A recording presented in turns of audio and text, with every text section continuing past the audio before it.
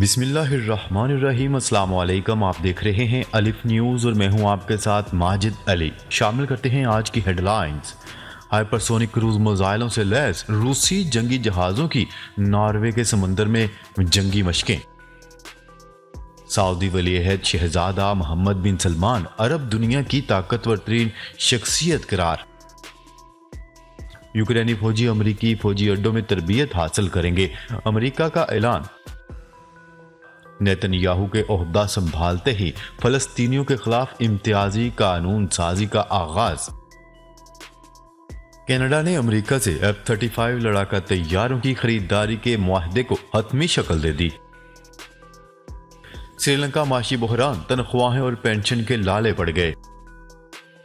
خلائی دوڑ میں چین ایک اور قدم آگے، چین نے کمرشل راکٹ سے 5 سیٹلائٹ خلا میں روانہ کر دیے۔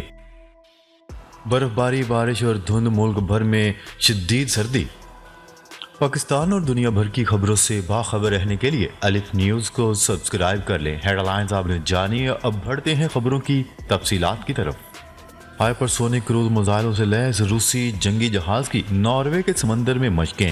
روس کا کہنا ہے کہ ہائپرسونک کروز ہتھیاروں سے لیس اس کے جنگی جہازوں نے ناروے کے سمندر میں مشقیں کی ہیں۔ سعودی ذرائع ابلاغ نے وزارت دفاع کے بیان کے حوالے سے بتایا کہ سوویت یونین کے بیڑے کے ایڈمرل آف دی فلیٹ گورشکوف کے عملے نے ناروے کے سمندر میں تصویراتی دشمن کے فضائی حملے کو پسپا کرنے کے لیے مشقیں کی ہیں۔ واضح ہے کہ گزشتہ ہفتے روسی صدر ولادیمیر پوٹن نے جنگی جہاز کو بحر اوقیانوس میں جدید ہائپرسونک کروز میزائلوں سے لیس کر کے بھیجا ہے، جو مغرب کے لیے یہ اشارہ ہے کہ روس یوکرین کی جنگ میں پیچھے نہیں ہٹنے والا۔ روس کا یہ جنگی جہاز خاص قسم کے زرکون میزائلوں سے لیس ہے، جس کے بارے میں حکام کا کہنا ہے کہ آواز کی رفتار سے 9 گنا زیادہ تیز رفتار ہے اور اس کی رینج 1000 کلومیٹر سے زیادہ ہے۔ روسی صدر ولادیمیر پوٹن نے گزشتہ ہفتے امریکہ کو خبردار کرتے ہوئے کہا تھا کہ ہائپرسونک میزائل جلد ہی نیٹو کے ساحلوں کے قریب پہنچ جائیں گے۔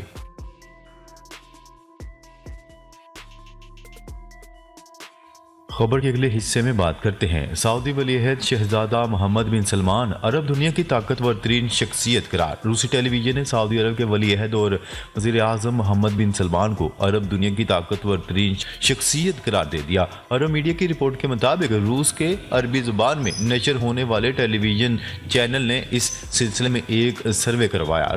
روسی ٹی وی کا کہنا تھا کہ سعودی شہزادہ محمد بن سلمان سال 2022 میں عرب دنیا کی سب سے بااثر شخصیت قرار دیے گئے ہیں۔ روسی ٹی وی کے مطابق متحدہ عرب امارات کے صدر شیخ محمد بن زید ال نہیان عرب دنیا کی دوسری بااثر شخصیت قرار دیے گئے ہیں۔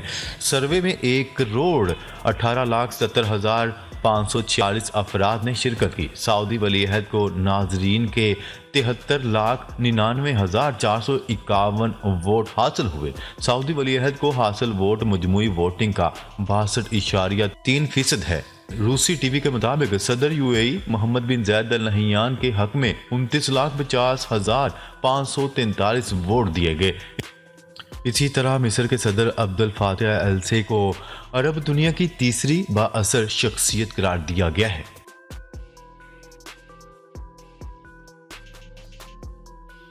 خبر کے اگلے حصے میں بات کرتے ہیں۔ یوکرینی فوجی امریکی فوجی اڈوں میں تربیت حاصل کریں گے، امریکہ کا اعلان۔ امریکہ نے اعلان کیا ہے کہ یوکرینی فوجی امریکی فوجی اڈوں میں تربیت حاصل کریں گے۔ اس کے ساتھ یوکرینی فوجیوں کو پیٹریاٹ میزائل دفاعی نظام کے استعمال کی تربیت بھی دی جائے گی۔ امریکی حکام کے مطابق یوکرینی فوجیوں کا تربیتی مشن امریکی ریاست اوکلاہوما کے فورٹ سیل فوجی اڈے پر ہوگا۔ اس سے قبل یوکرینی فوجی سوئچ بلیڈ ڈرون سمیت دیگر فوجی تربیت امریکہ میں حاصل کرتے رہے ہیں۔ واضح رہے کہ امریکہ نے روس سے مقابلے کے لیے یوکرین کو اپنا جدید پیٹریاٹ میزائل دفاعی نظام فراہم کرنے کا اعلان کیا ہوا ہے۔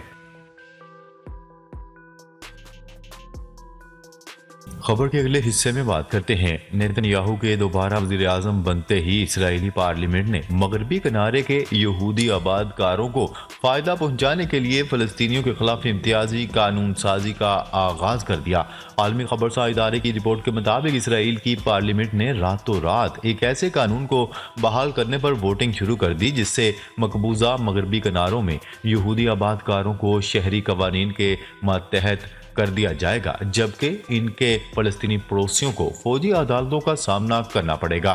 اس کالے قانون کے حق میں 58 ارکان نے ووٹ دیا، جبکہ مخالفت میں 13 ووٹ پڑے۔ آئین کے تحت اس قانون کو مزید دوبارہ اسمبلی میں حتمی منظوری کے لیے پیش کیا جائے گا۔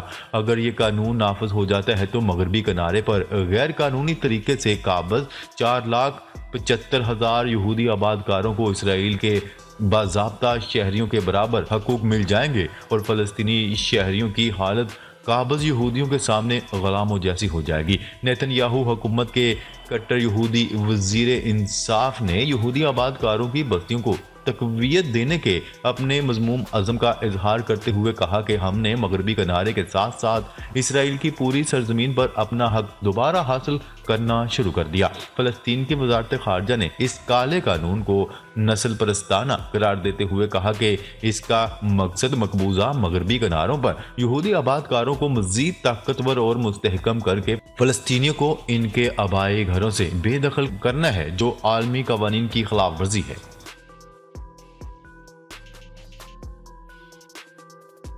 خبر کے اگلے حصے میں بات کرتے ہیں۔ کینیڈا نے امریکی دفاعی کمپنی لاک ہیڈ مارٹن کارپوریشن سے 88 F-35 لڑاکا طیارے خریدنے کے معاہدے کو حتمی شکل دے دی۔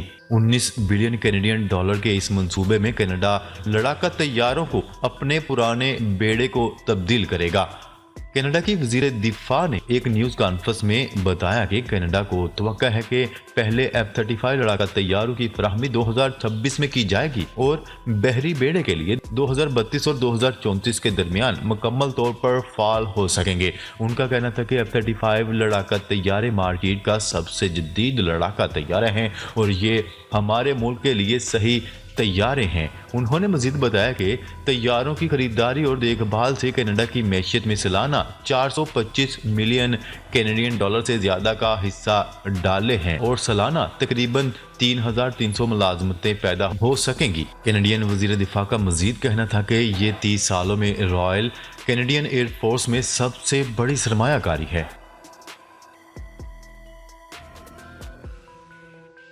خبر کے اگلے حصے میں بات کرتے ہیں۔ حال ہی میں دیوالیہ ہونے والے ملک سری لنکا میں سرکاری ملازمین کو تنخواہوں اور پینشن کی ادائیگی میں مشکلات کا سامنا، جس پر نئے صدر نے حکومتی اخراجات پر 5% تک کمی کرنے کا اعلان کر دیا۔ عالمی خبرساں ادارے کی رپورٹ کے مطابق سری لنکا کے صدر رانیل وکرما سنگھے کا کہنا ہے کہ ملکی خزانہ تیزی سے خالی ہو رہا ہے۔ ٹیکسوں میں زبردست اضافے کے باوجود تنخواہوں اور پینشن کی ادائیگی کے لیے شدید مشکلات کا سامنا ہے، جس پر سری لنکا کے صدر نے حکومتی اخراجات میں تیزی سے کٹوتیوں کا اعلان کرتے ہوئے کہا کہ بین الاقوامی مالیاتی فنڈ سے بیل آؤٹ پیکج کے لیے بات چیت کر رہے ہیں، تاہم اس میں مزید وقت لگ سکتا ہے۔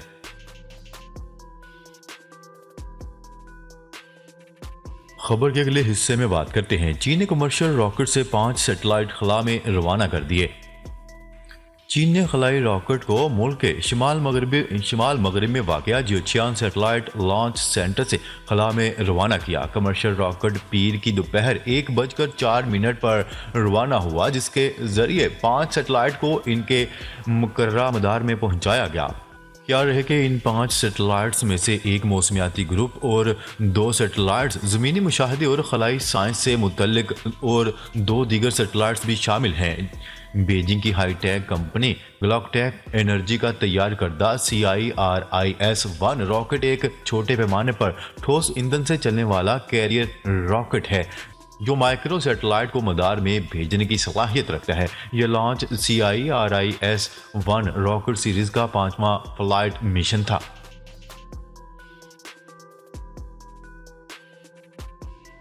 خبر کے اگلے اور آخری حصے میں بات کرتے ہیں۔ ملک بھر میں شدید سردی نے ڈیرے ڈال لیے، بلائی علاقوں میں خون جما دینے والی سردی کا راج۔ مغربی ہواؤں کا نیا سسٹم ایران سے شمالی بلوچستان میں داخل ہو گیا۔